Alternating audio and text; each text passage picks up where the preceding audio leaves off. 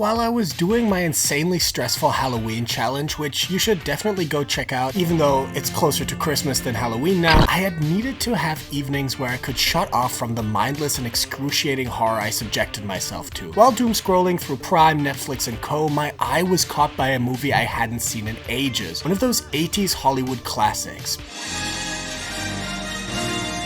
I was in absolute awe when rewatching this franchise because it is not at all the way I remember it being. Now, don't start yelling at me just yet. I don't like it when you guys do that. I'm not saying these movies aren't good. Well, actually, that is kind of what You know what? We'll get to that. I'm not outright dissing these movies, but I came to a life-altering revelation on my rewatch. Something that I've also previously talked about in my Forrest Gump video. To clarify to people who are new here, I'm not a huge Robert Zemeckis fan. I think he's a bit of a weird, old-fashioned dude with a very strong love for patriotism and American dreams. Let's just say he's made some interesting movie choices over the years. That's a great shot.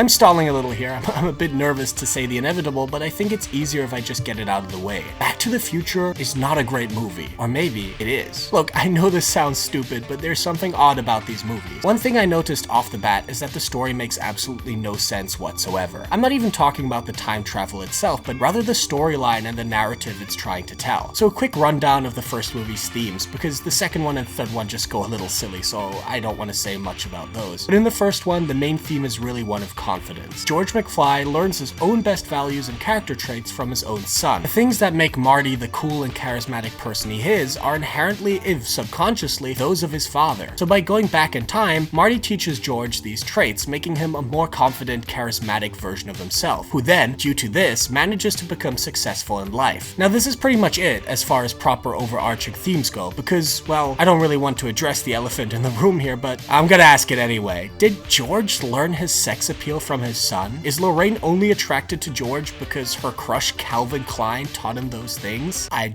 just had to ask. I'm not going to elaborate further. I'm gonna leave that in your minds because I hate you. There's really not much else to say here. Again, the sequels put this all on their head, most famously introducing the whole chicken plot convenience bullshit, which turned Marty from a confident, charismatic person to an insecure moron, or turning Doc Brown into an absolute buffoon. Anyway, back to the original. The theme is strong and simple, yet the movie's logic is pathetic. Everything about Marty's travel to the past is fine. The issue is the convenience of him coincidentally finding George falling from a tree and taking his place as his grandfather's accident victim, so changing the entire future. I mean, it's very clear this movie disregards the idea of the butterfly effect and just uses themes as a means of future change. If someone is no longer confident or gains a character trait, that'll change the future, but only in weird ways. Like, even though George is now confident and successful, he for some reason still ends up living in the same house, which inherently makes no sense. He has the same children at the same ages, has Marty at all, with the exact same character traits, which inherently wouldn't have happened if he was successful, because if he was more confident, Marty would have learned different traits from him. Look, I don't think I need to explain why Marty being able to return to the future and his memory staying the same, the date of his conception staying the same, and his living situation and personality being the same makes no sense. And I'm really just getting at something bigger here. And here's where the first people will say, oh, come on, dude, don't be so anal about it. It's just a movie. Let's have fun. And I would say, yeah,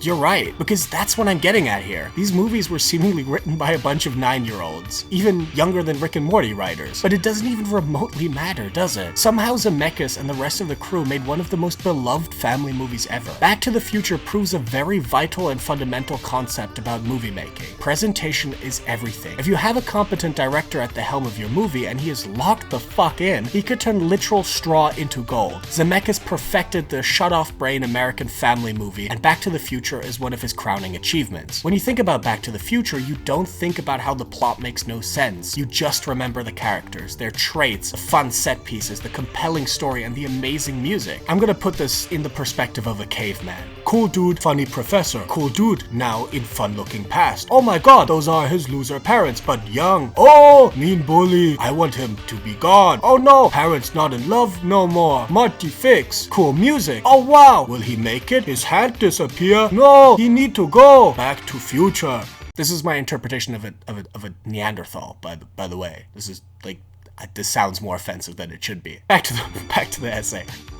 And exactly this is the genius of Back to the Future. It is a perfectly crafted film. It has all the bells and whistles it needs, and because it understands pacing, editing, and plot motivation, it manages to hook even the most critical viewer and make them fall in love with this, in reality, bad and nonsensical story. It's utterly genius. And the sequels do this too, just that they throw away every last shred of logic and themes because they realized no one fucking cares about those in the original. They cooked so hard on the first one, they perfected a formula that could be devoid of what most movies need to be seen as even slightly competent. I don't know if we'll ever see a new film break Hollywood movie rules while still epitomizing Hollywood movies as much as Back to the Future. This movie is an absolute poser of a film. It tricked generations of people into loving it, and I love that about it. There's no spark in this movie, rather just magic captured against its will. It shows the power of filmmaking, the power of creating escapist media. It also shows the weakness of our logic-based minds and exploits it perfectly. Back to the Future is a master of deception and will always hold a special place in my heart for this. It's unfathomably genius and full of heart. I love these movies and I hope you guys will keep loving them too. Well, if you excuse me, I must go back to the future and stop FNAF 2 from ever happening. Connoisseur Sam out.